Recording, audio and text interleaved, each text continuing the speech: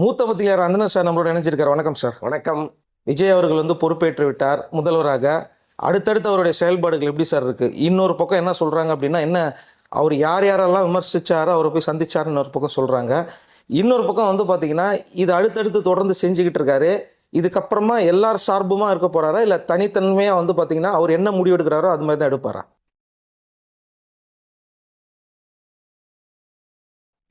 ஆக்சுவலாக முருகப்பெருமானை சொல்லுவாங்க, அப்பனுக்கே பாடம் எடுத்தவன் அப்படின்னு. கிட்டத்தட்ட விஜயையும் நம்ம அப்படி தான் சொல்ல வேண்டியது இருக்குது. ஒரு 60 ஆண்டு கால அரசியல் அநாகரிகத்தை ஒரு விஜய் மாற்றிருக்கிறாரு அப்படின்னு தான் நான் சொல்லுவேன். ஏன்னா இங்கே அரசியலுங்கிறது மக்கள் பணி, ஒருத்தர் அடிச்சுக்கிட்டு சாகிறது இல்லை அப்படிங்கிறத பல பேர் இங்கே ரொம்ப வேதனையோடு பார்த்துருக்காங்க.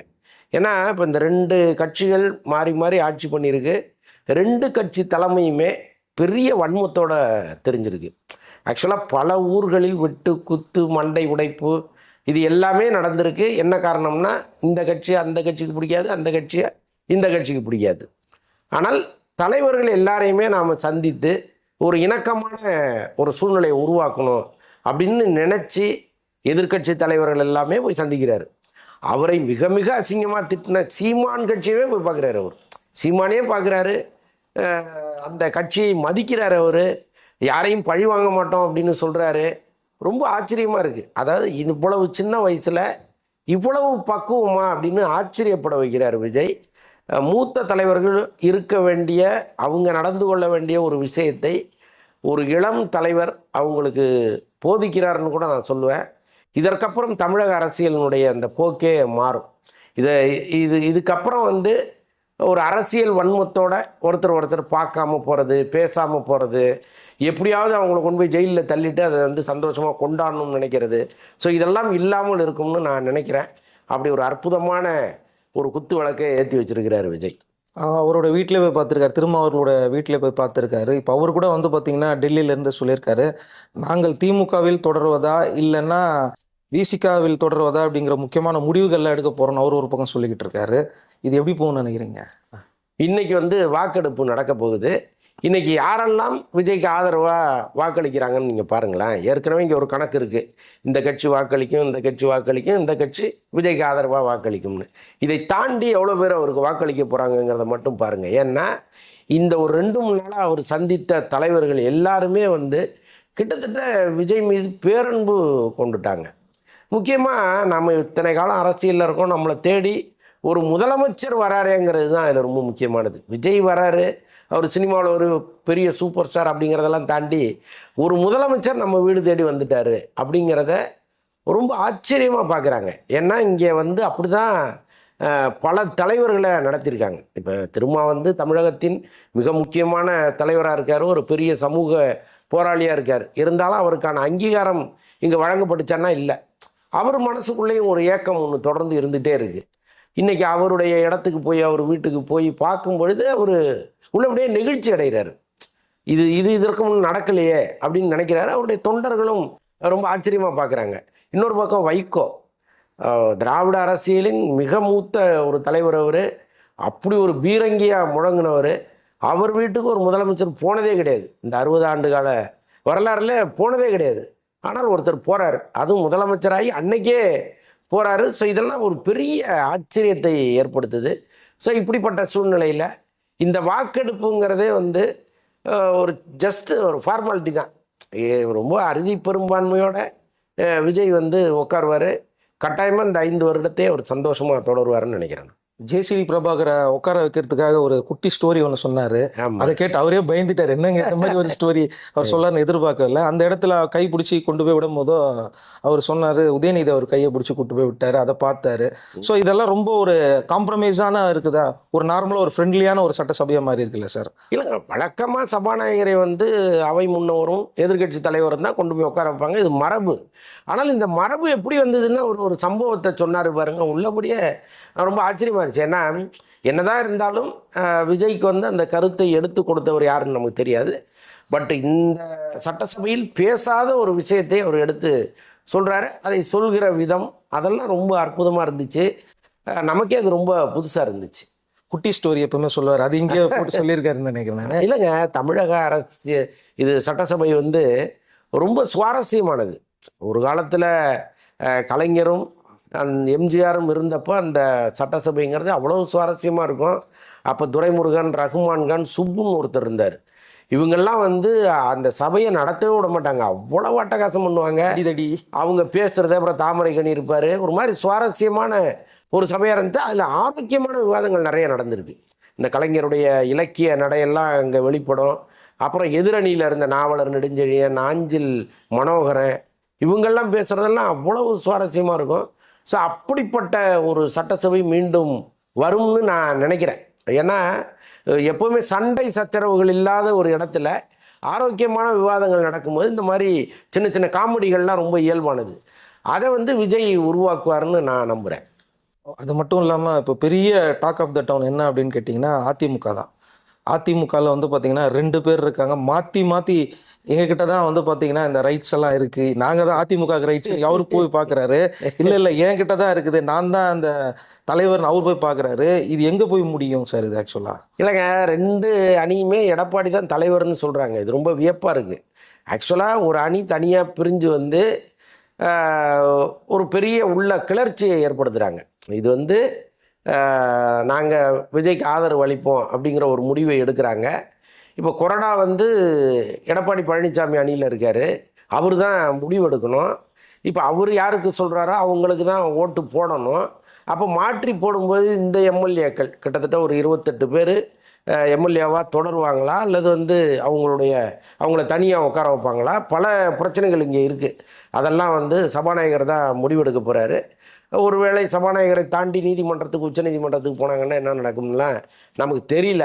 இது ஒரு பக்கம் பிரச்சனை போயிட்டு இருக்கும்போதே வேலுமணி மேலே வழக்கு பதிவு பண்ணிட்டாங்க.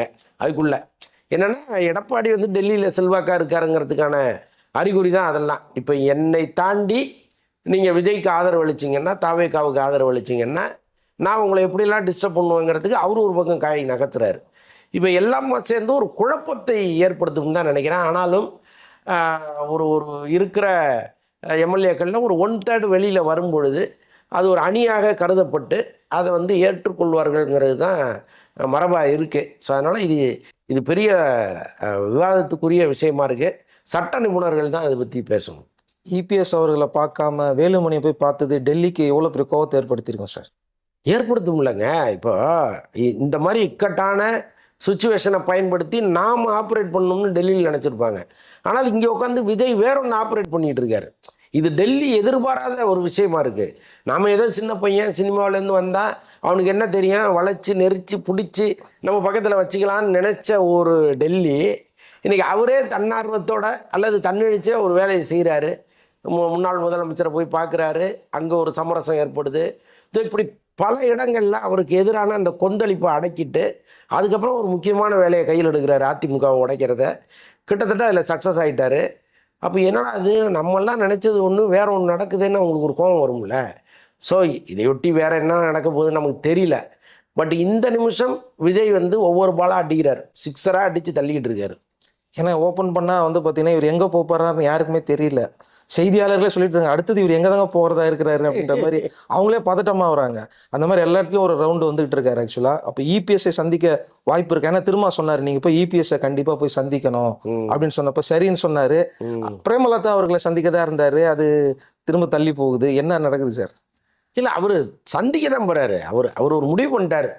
எல்லா கட்சி தலைவர்களையும், தமிழகத்தில் இருக்கிற எல்லா கட்சி தலைவர்களையும் நாம் சந்திக்கணும்னு முடிவு பண்ணிட்டாரு. வீட்டுக்கு போய் சந்திப்பதுங்கிறது அவங்களுக்கு கொடுக்குற கௌரவம்னு அவர் நினைக்கிறார். இப்போ பிரேமலதாவை ஒரு சட்டமன்றத்திலே பார்க்குறாரு. வீட்டுக்கு போய் பார்க்கணுங்கிற அவசியம் இல்லை, ஆனாலும் அவர் வந்து அது ஒரு கட்டசின்னு நினைக்கிறார். எழுந்து நின்று மரியாதை வேறு கொடுத்தாரு. ஆமாம், இப்போ இருக்கிற சுச்சுவேஷனுக்கு இப்போ ஒரு வேலுமணி தலைமையிலான ஒரு குரூப்பு, சிவி சண்முகம் தலைமையிலான ஒரு குரூப் இங்கே வந்துருச்சு. அங்கே எடப்பாடி தலைமையிலான ஒரு குரூப் அங்கே தனியாக நிற்கிது. இப்போ போய் நீங்கள் இபிஎஸ்ஸை பார்த்தீங்கன்னா அது வந்து தேவையில்லாத ஒரு சர்ச்சையை ஏற்படுத்தும். ஏன்னா சிவி சண்முகத்தை பார்த்தாரு, இந்த குரூப் ஆதரவு தெரிவிக்குது. இப்போ நீங்கள் அங்கே போய் பார்த்தீங்கன்னா அது தப்பாயிரும். அப்போ அந்த சந்திப்புங்கிறது நடப்பதற்கு பெரும்பாலும் வாய்ப்பு இல்லை. இந்த வாக்கெடுப்பெல்லாம் முடிந்த பிறகு ஒரு வேளை போய் பார்ப்பதற்கு வாய்ப்பு இருக்குது. அதை நம்ம உறுதியாக சொல்ல முடியல. இப்போ அது மட்டும் இல்லாமல் என்ன முக்கியமான கேள்வினா 2 பேருமே பேச அனுமதி கொடுத்தாங்க. இபிஎஸ் அவர் பேசுறதுக்கு அனுமதி கொடுத்துருக்காங்க, வேலுமணி அவர் பேசுறதுக்கு அனுமதி கொடுத்துருக்காங்க. ஆமா. இது வரைக்கும் நடைமுறையிலே இல்லாததை இது எப்படி அனுமதி கொடுத்தாங்கன்ற கேள்வி வந்திருக்குல்ல சார்? இல்லை, அவர் தனி அணியாக காலையிலே போய் லெட்டர் கொடுத்துட்டாங்க. இப்போ சிவி சண்முகம் அணி வந்து நாங்கள் சட்டமன்றத்தில் தனியாக இயங்க போகிறோம், எங்களை நீங்கள் அங்கீகரிக்கணும் காலையில் ஒரு லெட்டர் கொடுத்துட்டாங்க. நீங்கள் லெட்டர் கொடுக்காம இருந்திருந்தீங்கன்னு வைங்களேன், அதுக்கு கேள்வி நிறையா இருக்குது. நீங்கள் பேசணுமான்னு கேட்குறாரு. ஏன்னா அவர் நான் பேசணும்னு அவர் சொல்கிறாரு, நீங்கள் பேசணுன்னா பேசுங்கன்னு அனுமதி கொடுக்குறாரு. அதுக்கு என்ன காரணம்னு இவங்க தனியாக ஒரு கடிதம் கொடுத்தது தான். அது ஓரலாக சொல்லியிருந்தால் கூட அதுக்கு சபாநாயகர் அனுமதிச்சிருக்க மாட்டார். ஏன்னா ஒரு நேர்மையான சபாநாயகராக அவர் அங்கே வந்து உட்காந்துருக்கிறார். ஒன் சைடாக கட்டாயமாக எந்த முடிவும் அவர் எடுக்க மாட்டார்.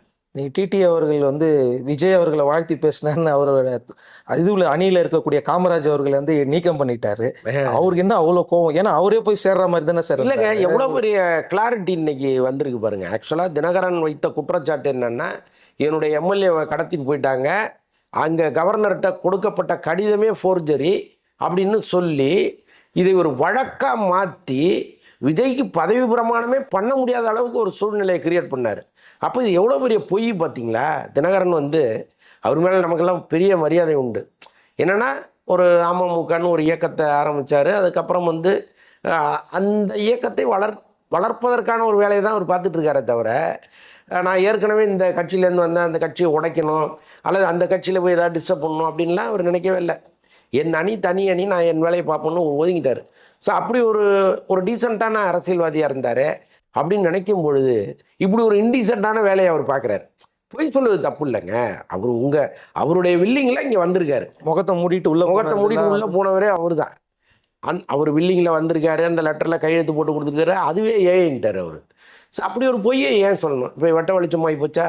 சட்டசபையில் சில விரும்பத்தகாத நிகழ்வுகள் நடந்துருச்சு அப்படின்னு அவரே சொல்கிறாரு. என்னுடைய முழு ஆதரவு உண்டுன்னு சொல்லிட்டாரு.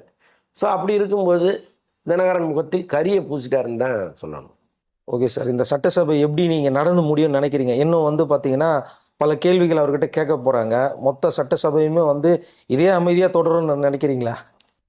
எனக்கு விஜயினுடைய அந்த இணக்கமான போக்கை பார்க்கும் பொழுது பெரிய அளவு அங்கே சண்டை சச்சரவுகள் வராதுன்னு தான் நான் நினைக்கிறேன். உதயநிதி ஸ்டாலினோட ஸ்பீச்சை பார்த்தீங்கன்னா அவங்களே வந்து நாங்கள் உங்களுக்கு நல்ல உறுதுணையாக இருப்போம், எங்களுடைய ஆலோசனைகளை கேட்டுங்க அப்படின்னு ரொம்ப பெருந்தன்மையாக சொல்கிறார். ஸோ அப்படி இருக்கும் பொழுது ஒரு இணைந்து பயணிக்கிற சூழ்நிலை தான் இந்த தமிழக சட்டமன்றத்தில் வரும்னு நினைக்கிறேன். கிட்டத்தட்ட இந்தியாவே திரும்பி பார்க்குற ஒரு சட்டமன்றமாக இது இருக்கும்னு நான் நினைக்கிறேன். என்ன காரணம்னா, திடீர்னு ஒருத்தர் வந்தார், அவரை யாருக்குமே பிடிக்கல. வர்றதுக்கு முன்னாடி அவர் குறித்து இங்கே வைக்கப்பட்ட மதிப்பீடே வேறையாக இருந்தது. அவருக்கு எதுவுமே தெரியாது, முட்டாள், இந்த கூட்டத்து கையில் வந்து நீங்கள் ஆட்சியை கொடுத்தீங்கன்னா தமிழ்நாடே சுடுகாடாயிடும்னு விமர்சிக்காத அரசியல்வாதிகளே கிடையாது.